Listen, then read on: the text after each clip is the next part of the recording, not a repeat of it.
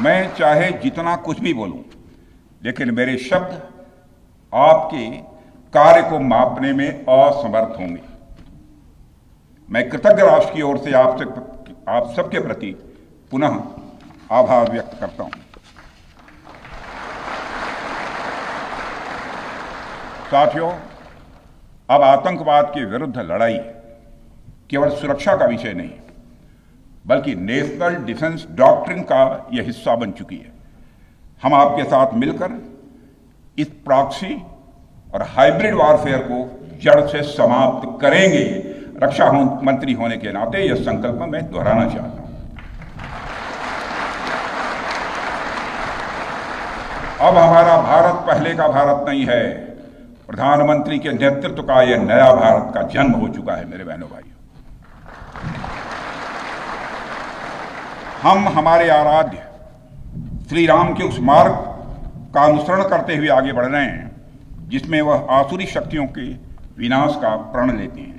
निश्चरहीन करौ महि भुज उठाई पण कीन, अर्थात जिस प्रकार भगवान राम ने अपनी भुजाओं को उठाकर धरती को राक्षस विहीन करने का प्रण लिया था, ठीक उसी प्रकार श्री राम के आदर्शों का पालन करते हुए हमने भी आतंकवाद को जड़ से समाप्त करने का संकल्प लिया है।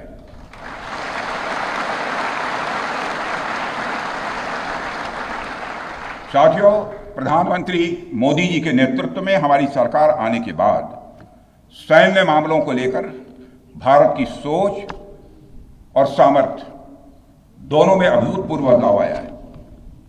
हम भगवान राम के उस सिद्धांत का पालन करते हैं, सठ संग विनय कुटिल संग प्रीति सहज कृपण संग सुंदर नीति, अर्थात दुष्ट के साथ विनम्रता, कुटिल के साथ सदाशयता और कंजूस के साथ उदारता का आचरण कभी भी नहीं करना चाहिए। मैं आप लोगों को भी बता रहा हूं, बल्कि सठे साठ्यम समाचरेत, यानी टिट फॉर टैट।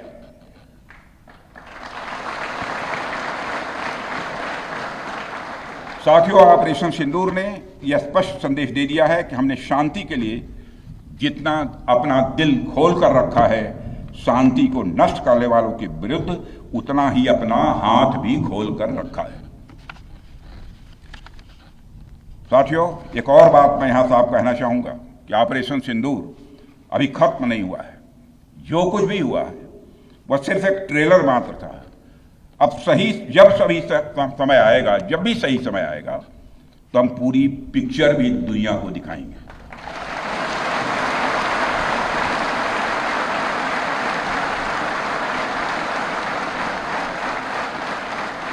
साथियों, आप सब तो जानते ही होंगे कि भारत में जब भी कोई उपद्रवी तत्व होता है जिसको लेकर यह आशंका रहती है कि यह भविष्य में कुछ उपद्रव कर सकता है, तो उसको मजिस्ट्रेट एवं पुलिस द्वारा गुड बिहेवियर के प्रोबेशन पर रखा जाता है। कोई गड़बड़ करता है तो उसको कुछ समय के लिए मजिस्ट्रेट गुड बिहेवियर के प्रोबेशन पर रखते हैं। अगर वह व्यक्ति प्रोबेशन के दौरान कोई भी शरारत करता है तो उसे उचित दंड भी दिया जाता है। ठीक उसी तरह वर्तमान सीज फायर में हमने पाकिस्तान को बिहेवियर के आधार पर अभी प्रोबेशन पर रखा हुआ है। यदि उसका बिहेवियर सुधरता है तब तो ठीक, और यदि बिहेवियर में फिर से गड़बड़ी आती है तो उसको कड़े से कड़ा दंड दिया जाएगा।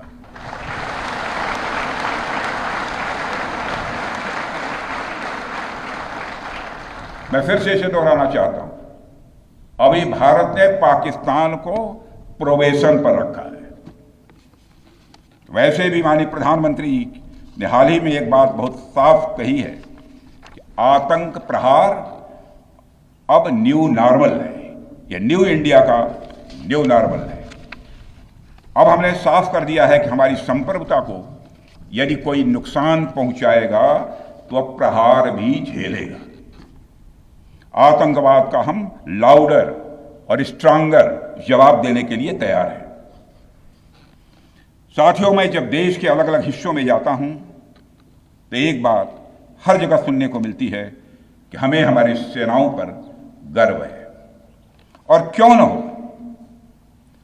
आप सबने अपने पराक्रम से, अपने शौर्य से पूरे देश के दिल में एक अपनी खास जगह बनाई है। लेकिन क्या सिर्फ गर्व और सम्मान ही काफी है? मेरा मानना है कि नहीं। साथियों, कुछ साल पहले हम दुनिया से हथियार खरीदते थे, आज हम खुद बना रहे हैं बहुत सारे हथियार। कुछ लेते भी हैं, artillery systems, radar systems, missile shields, drones और काउंटर ड्रोन्स जैसे साजो सामान आज हम भारत में ही मैन्युफैक्चर कर रहे हैं। हम इंपोर्टर से एक्सपोर्टर बन रहे हैं और यह केवल शुरुआत भी है, केवल शुरुआत भर है। मैं आप सबको एक बार फिर ऑपरेशन सिंदूर की सफलता पर तहे दिल बधाई देता हूं और मैं बस इतना कहूंगा कि आपके पराक्रम ने यह दिखा दिया है कि यह वो सिंदूर है, यह वो सिंदूर है जो श्रृंगार का नहीं बल्कि शौर्य का प्रतीक है। यह वह सिंदूर है जो सौंदर्य का नहीं बल्कि संकल्प का प्रतीक है। यह सिंदूर खतरे की वह लाल लकीर है, यह सिंदूर खतरे की वह लाल लकीर है जो भारत ने अब आतंकवाद के माथे पर खींच दी है। मैं इस अवसर पर साथियों आप सभी के साथ साथ देश की जनता का भी आभार प्रकट करता हूं।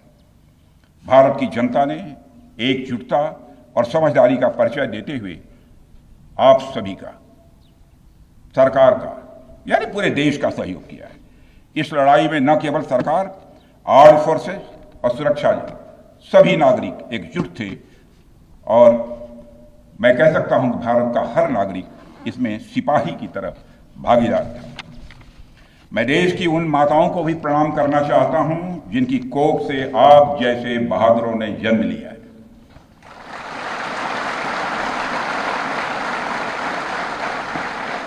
मैं उन परिवारों को भी नमन करता हूं जिन्होंने आपको पाला पोसा और बिना किसी हिचक के राष्ट्र की सेवा के लिए आपको समर्पित कर दिया।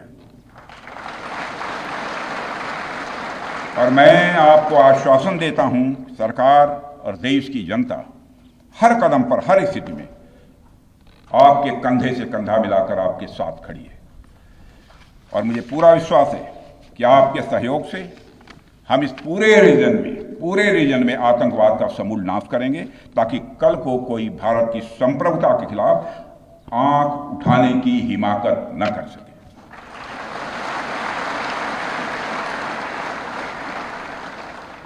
साथियों, मैं कहना चाहूंगा कि भारत की सेना जो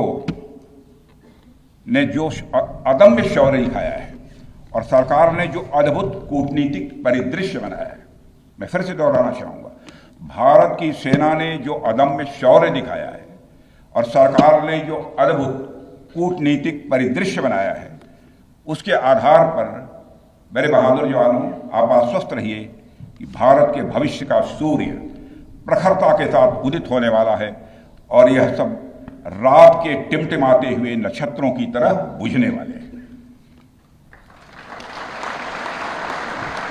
इसलिए आज मैं कहने आया हूं, सेनानी करो प्रयाण अभय, सेनानी करो प्रयाण अभय, भावी इतिहास तुम्हारा है, सब नखत अमा के बुझते हैं, सारा आकाश तुम्हारा है। इन्हीं शब्दों के साथ पुनः आप सबके प्रति आभार व्यक्त करते हुए और साथ ही आपके सभी परिवार के सदस्यों के प्रति कृतज्ञता ज्ञापित करते हुए, उनके प्रति हृदय से सम्मान की अभिव्यक्ति करते हुए अपना निवेदन समाप्त करता हूं। बोलिए भारत माता की, भारत माता की, बोले शो निहाल।